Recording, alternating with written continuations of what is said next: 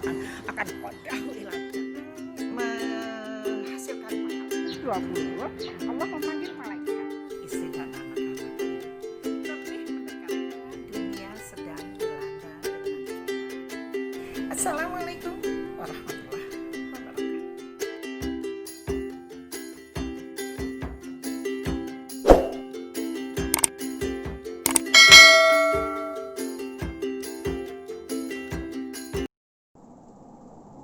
Hai teman-teman, ketemu lagi dengan saya Umi Muspiratan Najiyah. Assalamualaikum warahmatullahi wabarakatuh.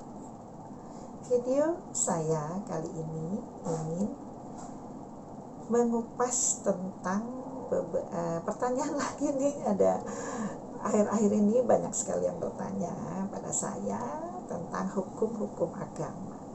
Pertanyaan kali ini sepertinya agak sensitif ya. Ibu T di Jagakarsa bertanya, Umi, apa benar semua orang Islam masuk ke dalam surga? Kalau iya, berarti mereka yang tidak ibadah juga masuk. Kelihatannya nggak adil, Umi. Kita yang berusaha menjadi hamba yang baik, hamba yang soleh, hamba yang taat, begitu mempersungguh dalam ibadah, masuk ke dalam surga, kelihatannya pantas. Tapi bagi mereka yang orang Islam, jangankan mau ibadah ya, menutup aurat, bahkan sehari-harinya banyak pelanggaran. Kalau itu pun masuk ke dalam surga, kayaknya nggak adil deh, Umi. Nah, ini selalu saya pertanyakan, tapi kok jawabannya tidak memuaskan ya. Bagaimana Umi? Menurut Umi seperti apa? Ibu T di Jagakarsa, untuk juga semua teman-teman yang melihat video ini, saya berusaha untuk menjawab pertanyaannya. Memang ada dalil mengatakan kullu Nabi Muhammad SAW bersabda, kullu ummatin dakhalal jannah. Ini sering saya mendengar ada beberapa ulama membuka dalil ini. Artinya kullu, semua, setiap umatku, kata Nabi Muhammad, dakhalal jannat, masuk ke dalam surga. Kalau kita melihat dalil ini, ya pastinya semua umatnya Nabi Muhammad alias orang-orang Islam itu pasti masuk ke dalam surga. Hanya saja teman-teman sekalian, dalil ini belum titik, masih ada komanya. Kullu ummati dakhalal jannat illa man aba. Ini yang nggak diteruskan oleh beberapa ulama yang menyitir ya dalil ini. Illa, kecuali man, orang, aba, yang menolak. Nah, yang menolak berarti yang tidak taat perintah Allah dan Rasul. Itulah orang-orang yang tidak masuk ke dalam surga. Alias seperti ini, diperintah sholat tidak mau, berarti menolak. Nah, diperintah puasa tidak mau, berarti menolak. Disuruh haji tidak mau, berarti menolak. Disuruh infak zakat tidak mau, berarti menolak. Nah, mereka yang menolak inilah teman-teman sekalian yang tidak akan masuk ke dalam surga.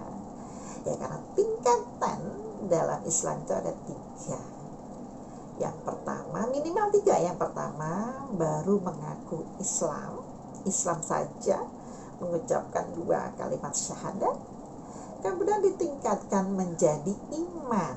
Nah, iman inilah yang kansnya masuk ke dalam surga terbuka lebar. Alias ada perintah, berusaha mengerjakan, percaya bahwa itu perintah dari Allah, tingkatnya iman. Orang-orang iman inilah yang bisa masuk ke dalam surga. Tingkat ketiga ihsan. Tingkat ketiga ini sudah meluluh hatinya digantungkan pada Allah. Tidak lagi memikirkan dunia. Kalaupun memikirkan dunia hanya sekedar mempertahankan hidup saja. Minimal teman-teman sekalian kita di tingkat kedua yaitu iman. Ada perintah ngaji. Nah, kita mau ngaji. Ada di dalam ngaji itu ada perintah rukun Islam. Nah, ada sholat. Kita berusaha menjaga sholat kita. Ada perintah puasa. Dijaga puasanya, ditertibkan. Ada perintah zakat infak. Dikeluarkan haknya Allah. Ada perintah untuk haji juga berangkat. Tidak sayang-sayang. Nah, inilah tingkat keimanan kita. Setelah kita sampai di tingkat iman, kok masih mengerjakan sesuatu, namanya manusia, yang menimbulkan dosa, menimbulkan salah, itu Allah akan mengampuni. Wa in atau kafirullah, ketika salah, berusaha ini mengerjakan sholatnya dengan baik, salah, Allah akan mengampuni. Berusaha menertibkan puasa Ramadannya, kok di dalam puasa Ramadannya berbuat kesalahan yang tidak disengaja atau memang tidak diketahui, Allah akan mengampuni. Kemudian di infak zakat, berusaha untuk menetapi kita melakukan zakat seperti yang diperintahkan, kok enggak pas, Allah akan mengampuni. Begitu pula ketika melaksanakan umroh dan haji, dikaji dulu, manasik dulu di Indonesia ya. Kemudian kok di sana dilalahnya enggak pas, salah, Allah akan mengampuni. Lain kalau baru di tingkat Islam. Baru Islam, sholat enggak ngaji dulu, enggak boleh. Harus dikaji dulu, sholatnya enggak boleh ikut-ikutan. Karena apa? Karena kita harus mempunyai saksi di dalam muka bumi ini. Antum syuhada Allah fil ard. Kalian semuanya ini adalah saksinya Allah di muka bumi. Dan ketika mengerjakan sesuatu yang berkaitan dengan ibadah, harus ada gurunya. Tidak boleh otodidak, nggak boleh mengerjakan sendiri. Karena kalau sendiri benar aja dianggap salah. Apalagi kalau salah. Guru kita sebagai saksi kebenaran apa yang kita kerjakan. Maka pertama kali Allah berfirman di dalam dalilnya, thalabul ilmi faridotun ala kulli muslimin.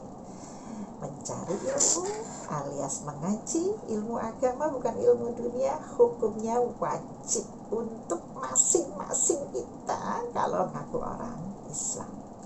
Jadi teman-teman, maaf kalau ada teman-teman yang sudah mengerjakan sholat, puasa, kok belum ngaji, carilah guru untuk mengesahkan amalan kita.